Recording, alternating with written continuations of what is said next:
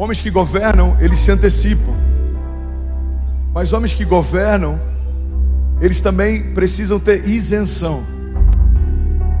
Você só pode governar com Deus se você não negociar nenhum princípio. Guarda isso, irmão. Só pode governar sobre o caos quem não negocia com Ele. Só pode governar sobre o medo quem não conversa com Ele. Só pode governar sobre doenças e enfermidades quem não se amedronta com elas. O problema é que em alguns momentos a gente ouve o que a palavra da fé diz, mas a gente também quer ouvir o que o medo diz. Irmão, não se aconselhe com o medo, ele é o pior dos conselheiros.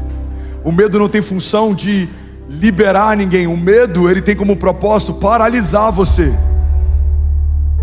O medo é para gerar paralisia. O medo é para que a gente seja um pouco mais cauteloso. Isso é algo que a gente tem de forma instintiva. Então, se algo acontece, o medo para a gente. Para quê? Para que a gente possa pensar antes de se mover. Mas o medo não pode ser um conselheiro, porque medo não gera destino. Se você parar para perguntar para as coisas naturais como o seu ano vai ser, irmão, você vai começar a achar que tudo vai mal, o mundo vai mal, a economia vai mal, os homens vão mal. A gente vê essa história inclusive na Bíblia. A Bíblia diz: no ano em que morreu o rei Uzias, eu vi o Senhor assentado num alto e sublime trono. A Bíblia diz que o profeta é levado a uma nova revelação de quem Deus é. E quando ele vê aquilo, ele fala: Senhor, ai de mim, que sou impuro e habito em meio a um povo de impuros lábios.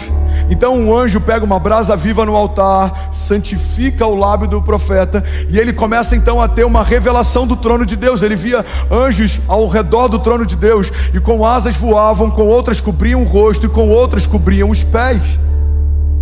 E a visão que aquele homem teve é de anjos em torno do trono de Deus, dizendo: Santo, Santo, Santo é o Senhor dos exércitos, e toda a terra está cheia da sua glória. Você está comigo ainda? Diga amém. Você percebe que, irmão, olha para mim, esse profeta acaba de falar de um paralelo que todo mundo enfrenta todo dia. Aos olhos do profeta tudo vai mal, mas a visão de cima do trono de Deus é que toda a terra está cheia da sua glória. Durante o período de Sodoma e Gomorra, aqui embaixo tudo vai mal, mas dos céus toda a terra está cheia da glória de Deus. No período de perseguições da igreja, aos olhos da terra tudo vai mal, aos olhos de Deus toda a terra está cheia da sua glória. André, onde é que você quer chegar? Eu quero chegar num princípio básico. Mesmo no meu dia mal, a terra continua cheia da glória de Deus. Mesmo quando os gigantes se levantam, a terra continua cheia da glória de Deus. Mesmo quando portas naturais se fecham, a terra continua cheia da glória de Deus. Mesmo que o inferno tente sabotar minha família, a minha casa continua cheia da glória de Deus.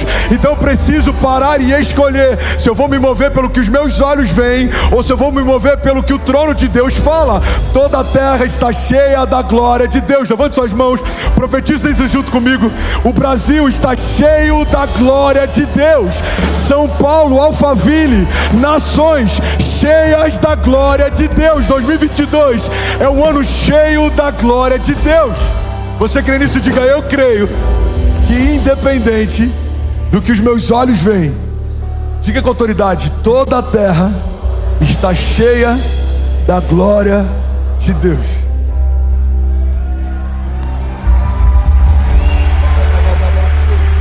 Aleluia. Isso não é positivismo, isso é coerência.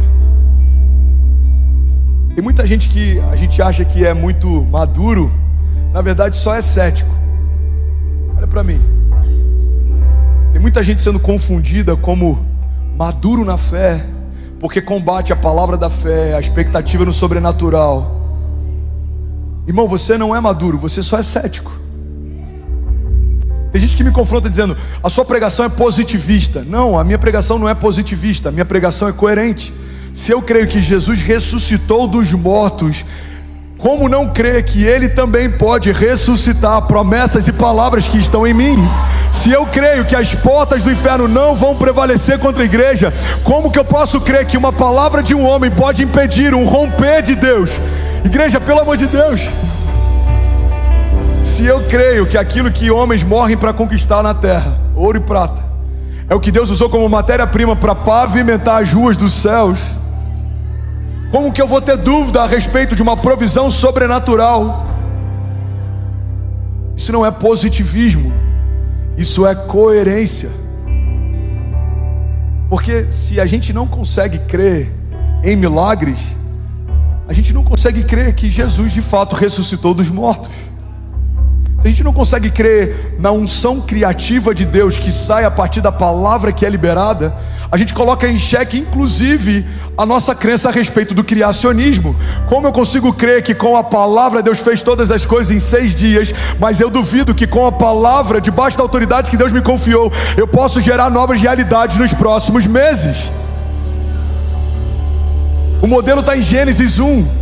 Todas as coisas foram feitas pelo poder da palavra. Nós precisamos imitá-lo. A gente vê na Nova Aliança, no Novo Testamento, o ministério de Jesus. Alguém está comigo? Diga amém. Jesus falou com plantas. Jesus falou com o mar. Jesus falou com mortos. As plantas ouviram e obedeceram. O mar ouviu e obedeceu. O vento ouviu e obedeceu. Os mortos ouviram e obedeceram.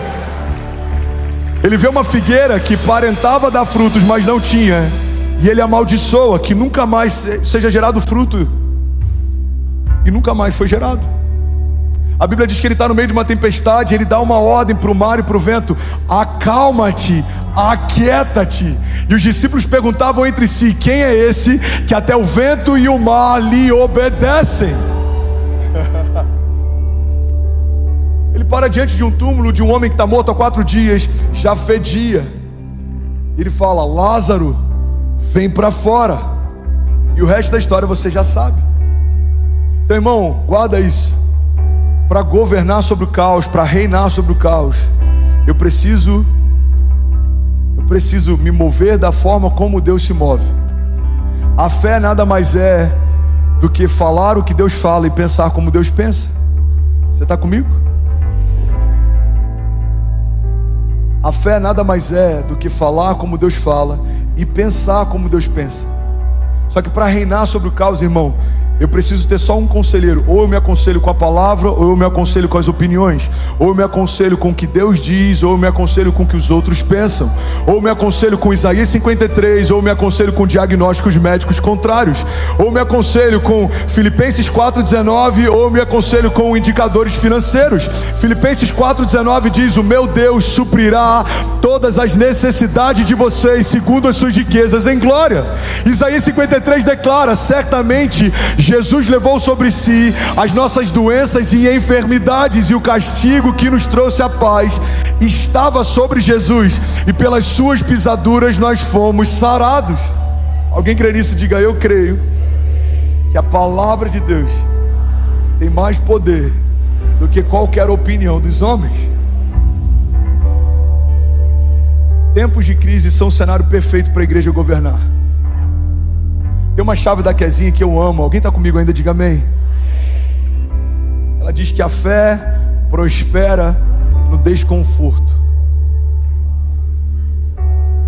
A fé prospera no desconforto. A fé prospera no dia mau. A fé prospera no meio do deserto. A fé prospera em tempos de crise. Abraão é considerado o pai da fé,